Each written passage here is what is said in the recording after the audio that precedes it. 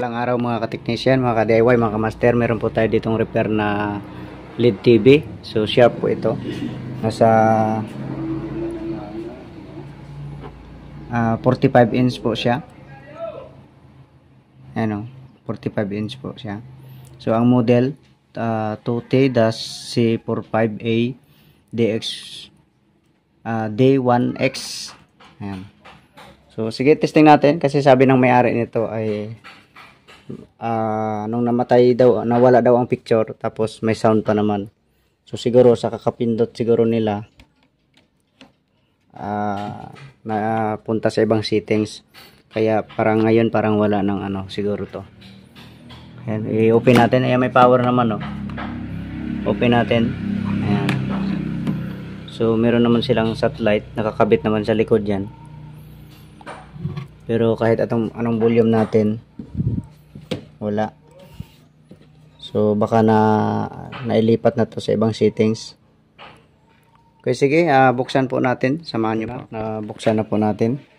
Yan. So ito ang kanyang power supply. Ito ang kanyang T-con or top board. Tapos ito naman ang main board. So check natin ang backlight nito kung okay pa. Yan. Okay, ito, testing muna natin yung backlight kung may ilaw. So, ito yung backlight tester natin. Yeah.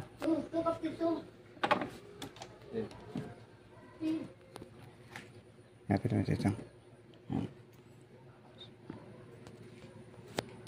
So, dito banda, iilaw yan kung mag-ilaw ang Okay, ito, check natin. So, wala. Walang ilaw. Okay, so dito naman tayo sa mag-abang sa kanyang output.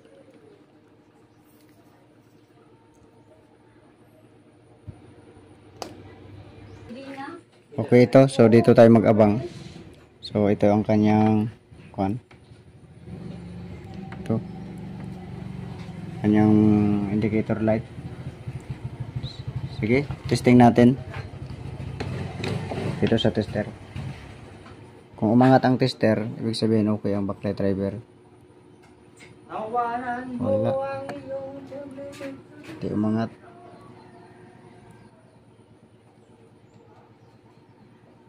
Okay, ulitin natin. Doon tutok. Tayo. Okay, saksak ulit. Ayan na.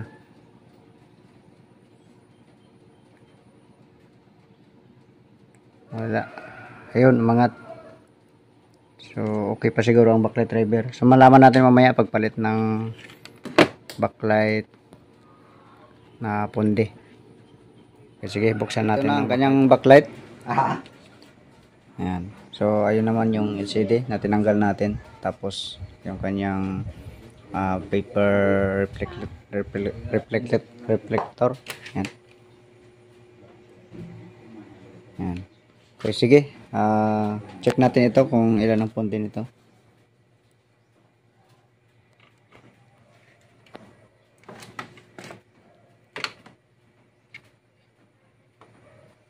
Yan. Okay ito. Yan. Ito may pundi ito. Kunin mo lahat ng Yan, sa dalawa, tatlo. Dito, okay naman ito. Yan, so okay naman. Yan, okay naman dyan. So dito may problema. Yan. Ito, yan, sabay-sabay naman sila eh. So pag tayo ng leak, kung medyo mahina ang ilaw ng isa tapos ang iba ay maliwanag, so ibig sabihin may leak na yon. Tapos isa pa, kung parehas naman ang liwanag pero kung delay siya na umilaw, ibig sabihin may leak na rin yon. So ito, ayan, so sabay-sabay naman. Ayan. Ito rin. yung delay at parehas naman ang liwanag. Ayan. So ito, dito may problema dito. Ayan. Okay, sige. Palitan natin ng ano niyan, mga sira. Okay, ayan. May pinalitan na tayo. So nagtanim na lang tayo para ka minus. Tapos ang backlight driver ay separate na lang natin. Provide na lang tayo ng backlight driver. So sige. Okay, yan. So na-plaster na natin. Okay, sige. Balik natin ang kanyang paper reflector. Okay, yan. So plastic reflector pala. May sulfur kasi ito eh. Sunod naman natin yung kanyang guide sa panel. So ano na natin, nakabit na natin pati yung LCD. So nataob na natin. Okay, dito na tayo sa backlight driver. Ayan. So nag-provide tayo ng panibago. So ayan. So balutin na lang natin ito mamaya. Okay, ito na. Testing na natin siya. Okay. Saksak natin. Ayan.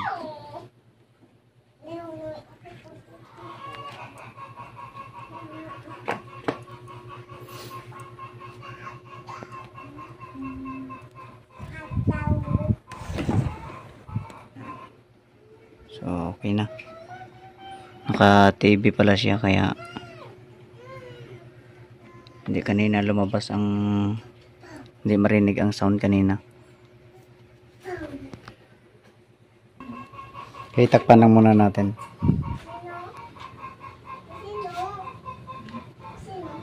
Kaya na-set up na natin ang kanyang satellite.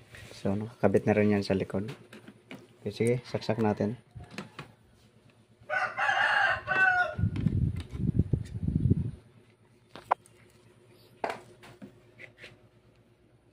Ayan, nag-on na siya.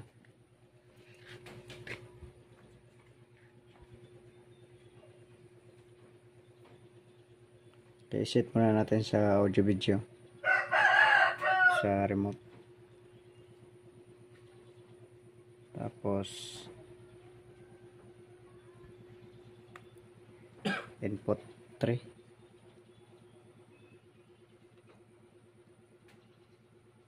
Ayan. So okay na. Nako, ang sound nakabit ko ba? Okay. Kalimutan yata yung speaker kabit ah. Kalimutan nga. Okay, nakalimutan natin yung speaker ikabit sa board.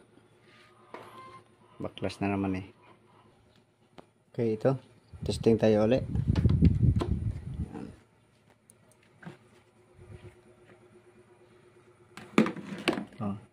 Blow na. Ayan, sharp.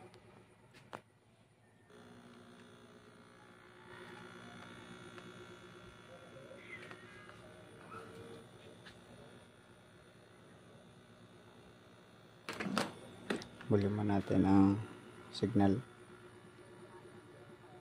Ayan. So okay na. May sound na siya. Okay, lipat natin picture. Walang load to? Wala palang load. So 1 pH lang. Ayan. Okay. So tapos na po. So sana po ay may nakuha po tayong idea para okay, sige. Wag po natin kalimutan mag-subscribe and like po and share po natin sa iba. Okay, sige. God bless po sa inyong lahat.